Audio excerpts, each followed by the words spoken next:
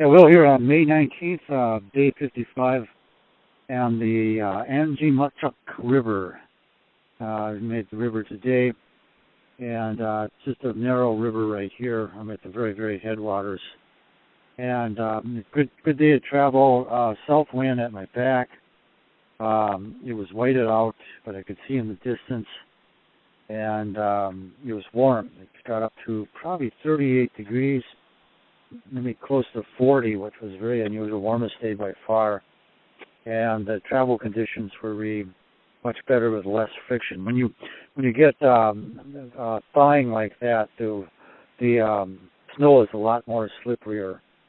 And you go through a stage like around 11 o'clock noon where the surfaces were wet, but then my skis were punching down into the cold snow and gumming up the skis, and then after about an hour and a half, that lower layer got wet. So you always go through that kind of a stage of hour and a half, kind of clunking along with the snow sticking to your skis. And then I also have a very light load, about 120 pounds, very minimal amount of food right now. I'm stretching out. I got a resupply, but I'm stretching it out to try to get as far as I can with a light load. The snow here is still pretty deep. With a heavy load, another 75 pounds of food and fuel, this would be very tough. So I'm trying to make distances here when I can.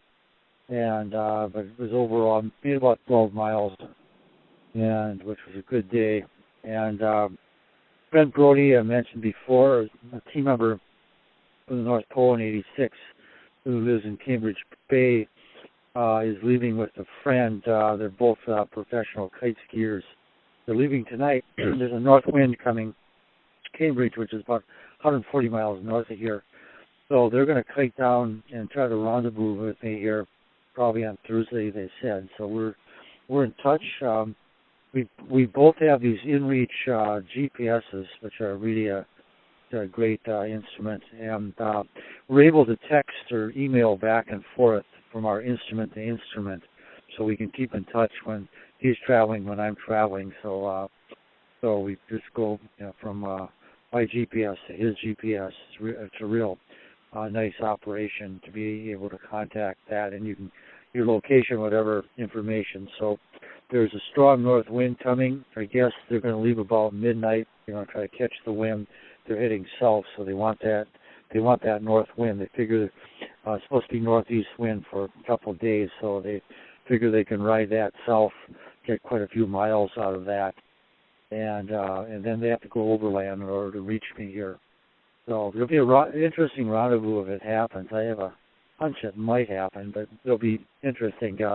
With kite skiing, you're dependent, of course, on the wind. You get a calm or the wrong direction. A lot of times there's a lot of waiting involved in that too. So we'll be seeing each other, maybe, or at least communicating. And I'm calling him right after I finish here on the sat phone into his home in Cambridge, just to double check on everything. So it'd be nice to have a little bit of company here, and it'd also be nice to see if we could pull this off, the rendezvous in the middle of nowhere here. So, but anyways, things are good. I'm really tired, but I'm going to try to keep stretching it here now that my loads are light. And lots of geese, lots of birds.